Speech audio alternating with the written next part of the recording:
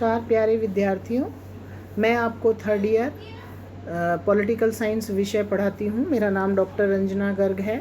मैं PG college में हूँ और आपको ऑनलाइन शिक्षा के माध्यम से, क्योंकि अभी कोविड चल रहा है जिसमें आपको कॉलेज में अभी नहीं आप लोग आ सकते, इसलिए मैं ऑनलाइन शिक्षा के माध्यम से आपको पढ़ा रही हूँ। पिछले काफ़ी दिनों से मेरे कई वीडियो मैंने अपलोड किए हैं यूट्यूब पर।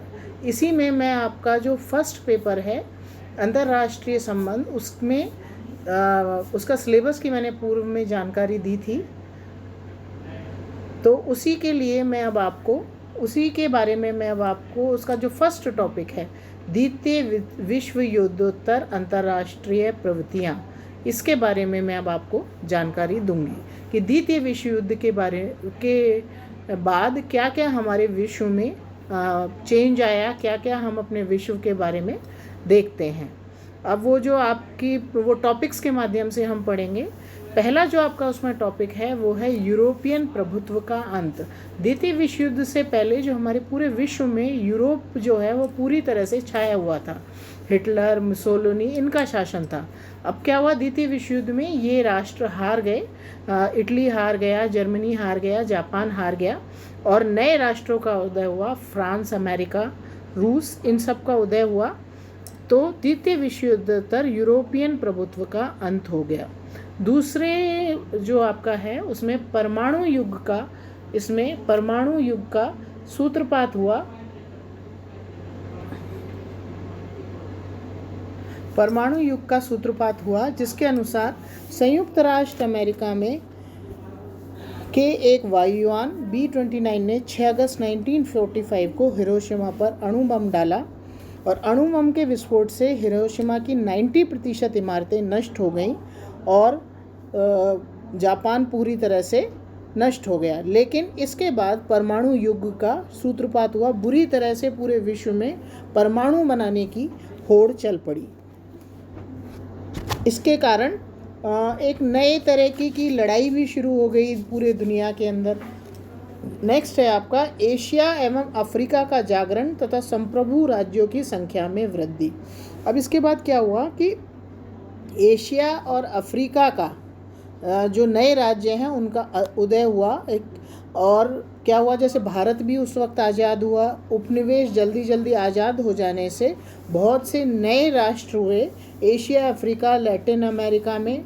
और कई नए नारे भी आए, जैसे एशिया एशिया वालों के लिए, अफ्रीका अफ्रीकों के लिए, इस तरीके के नए नारे आए। गुटनिरपेक्षता की नीति का उदय हुआ। भारत, आप जानते हैं 1947 में भारत ने भी स्वतंत्रता प्राप्त की थी और वो दोनों उसके अंदर नहीं मिला था, दोनों गुटों के अंदर नहीं मिला था। एक तो पश्चिमी राष्ट्र और धुरी राष्ट्र, वो किसी भी गुट में नहीं मिला था। तो इस कारण नए राज्यों का उदय हुआ। साम्यवाद का विस्तार हुआ। इटली और जर्मनी साम्यवाद के कट्टर शत्रु थे, परंतु उनकी पराजय के पश्चात मित्र राष्ट्रों में इतनी क्षमता नहीं रही कि वे साम्यवाद को पूर्वी यूरोप अथवा एशिया में रोक सकें। तो चीन में साम्यवाद का उदय हुआ और रूस में साम्यवाद का उदय हुआ और साम्यवाद धीरे धीरे काफ़ी वृहद होता चला गया और एक नई विचारधारा का विकास हुआ। अब नेक्स्ट है आपका सैनिक गुटबंदी होने लगी साम्यवाद के, क्योंकि साम्यवाद का प्रसार बहुत बढ़ रहा था, इसलिए सोवियत रूस की बढ़ती हुई शक्ति ने पश्चिमी राष्ट्रों को गहरी चिंता में डाल दिया और साम्यवादी देशों के विरुद्ध फिर नए नए सैनिक गुटों का निर्माण होने लगा। फिर है कि अब क्या हुआ कि जब विश्व दो धुरी राष्ट्र, मित्र राष्ट्र, एशियाई, साम्यवादी इतने उनमें बट गया तो शीत युद्ध का उदय हुआ।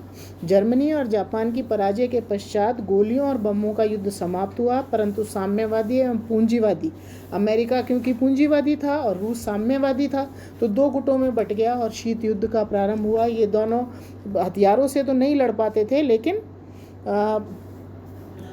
अखबारों के माध्यम से और है ना, क्या कहते हैं, आपके सैनिक गुट बनाकर परमाणु प्रसार कर कर आपस में लड़ने लगे। नेक्स्ट जो भारत है उसकी स्वतंत्रता हुई या एशिया स्वतंत्र हुआ तो इस कारण गुट निरपेक्षता का उदय हुआ, जो बहुत अत्यधिक आपके एक अलग से भी एक विषय है। भारत के प्रथम प्रधानमंत्री पंडित जवाहरलाल नेहरू ने 7 सितंबर 1946 को एक रेडियो प्रसारण में कहा, जहाँ तक संभव हो हमें परस्पर विरोधी गुटों की शक्ति की राजनीति से दूर रहना चाहिए, जिसके कारण पहले 2 विश्व युद्ध हो चुके हैं।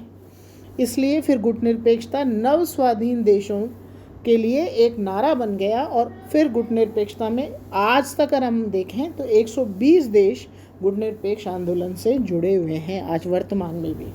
साम्राज्यवाद एवं उपनिवेशवाद का अंत हुआ।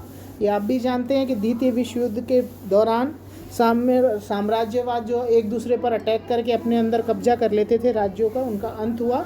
और उपनिवेश जो ब्रिटेन के जितने उपनिवेश थे, जिसमें भारत, पाकिस्तान, इन सब का भी स्वतंत्रता प्राप्त हुई।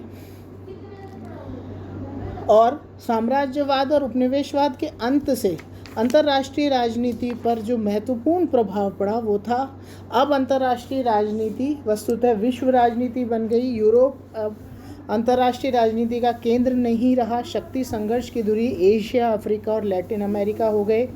उपनिवेशवाद के अंत से यूरोपीय राज्य राजनीतिक एवं सैनिक दृष्टि से कमज़ोर पड़ गए और नव स्वतंत्र राज्यों का